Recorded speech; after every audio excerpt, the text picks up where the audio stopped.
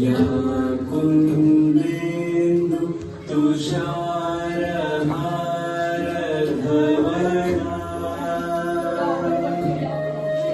या शुभ्रवस्त्रावृता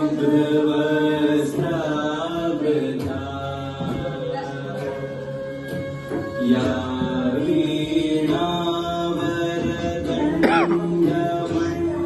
वीणावरदण्डमण्डितकरा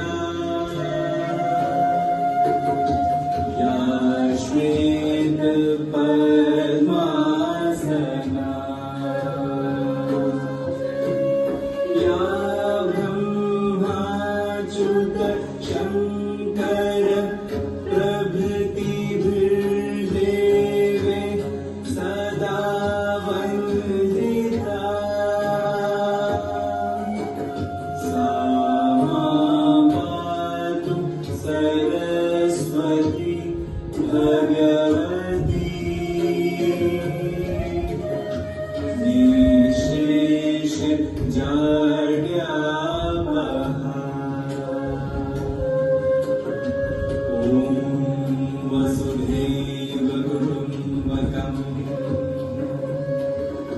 ॐ वसुधैव कुटुम्बकम्।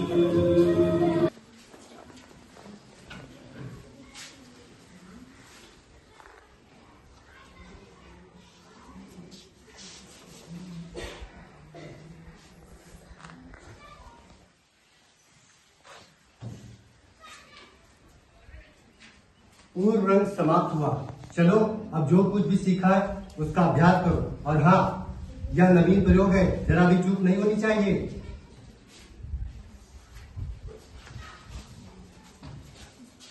परिणाम स्वीकार करें मुनिवर। सदा स्नेही बने रहे, स्थान ग्रहण करें श्रीगण।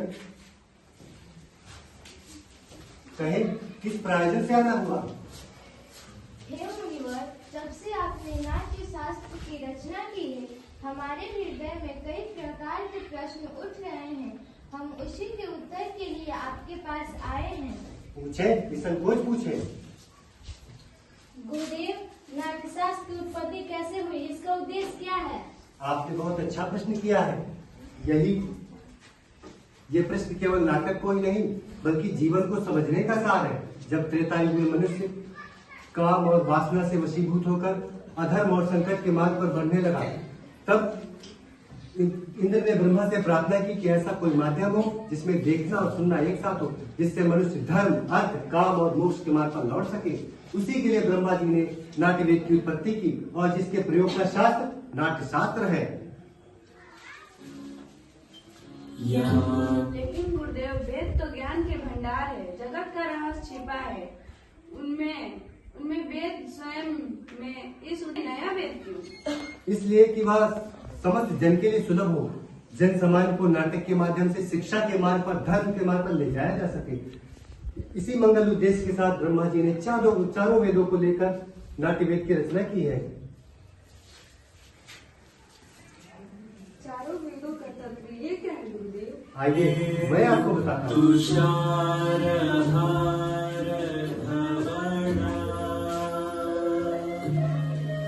या शुभ्रवस्त्रावृता।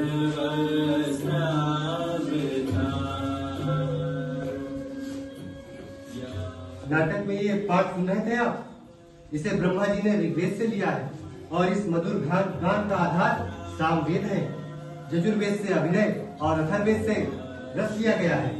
चारों वेदों के अंगों को लेकर नाट्य वेद की उत्पत्ति की गई है।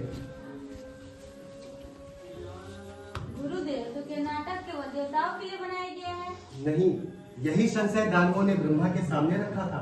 तब ब्रह्मा जी ने कहा था कि नाट्य शास्त्र तो सबके लिए है। यह देवताओं, दानवों व मनुष्य के सभी शुभ अशुभ कर्मों को दिखलाने वाला है। इसमें तो त्रिलोक का कीर्तन है। नाटक दुख, थकावट तथा शोक से पीड़ित लोगों को विश्राम देने वाला होता है। इसमें समस्त रस, समस्त भाव, समस्त शास्त्र, शिल्प और कार्य का सन्निवेश है। ऐसा कोई ज्ञान नहीं, ऐसा कोई कार्य नहीं जो नाट्य में न दिखे। अद्भुत समस्त सृष्टि का समावेश, लौकिक और अलौकिक भी बहुधर्मी, सारे प्राणियों के भावों के प्रतिनिधि कला। हाँ ऋषिगण, नाटक तो समस्त कलाओं का उद्गम है, या फिर कह सकते हैं समस्त कलाओं का संगम।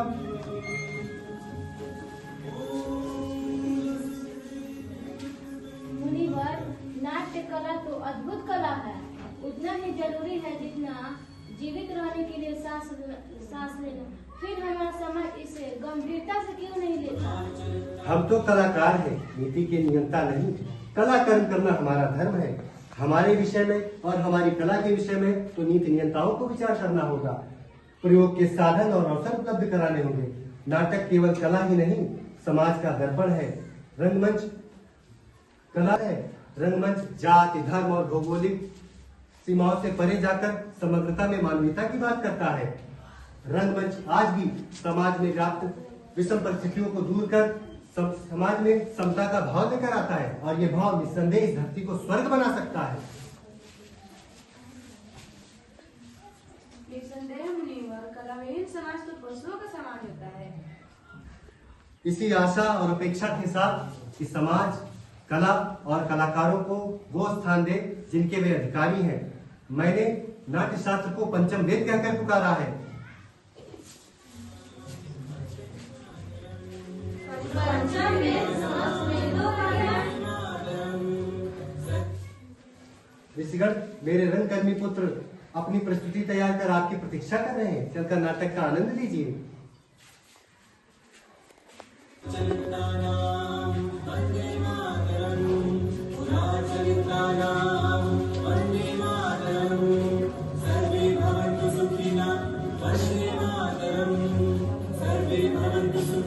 व्रत हो इस राष्ट्र की आशा सभी की पूर्ण हो।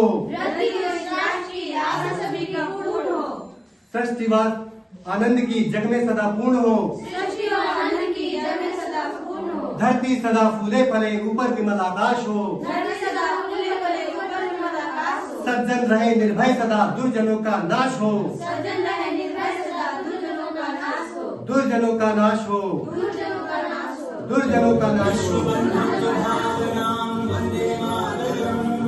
विश्वबंधुत्व भावनां वन्दे मातरम्।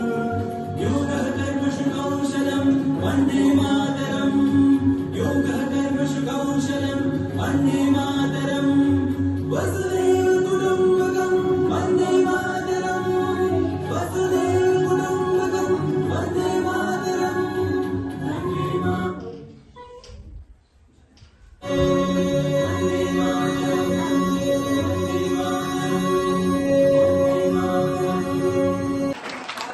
नाटक का निर्देशन किया है अनंत तिवारी ने, और साथ में हमारे जो अध्यापक लोगों ने जो सह निर्देशन किया है, Rajesh sir, Prabhat sir, Vidyabhushan sir, RP sir और ममता, नीलम मैम, सुनीता मैम, समस्त हमारे स्टाफगण, मिडिल स्कूल, हाई स्कूल। और हम अपने कलाकारों का परिचय करवाना चाहेंगे।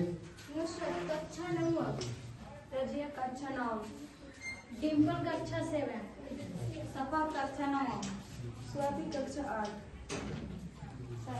और मैं सुधांशु चौरसिया, विद्यालय अध्यापक, राष्ट्रीय उत्कृष्ट मध्य विद्यालय जमुनिया।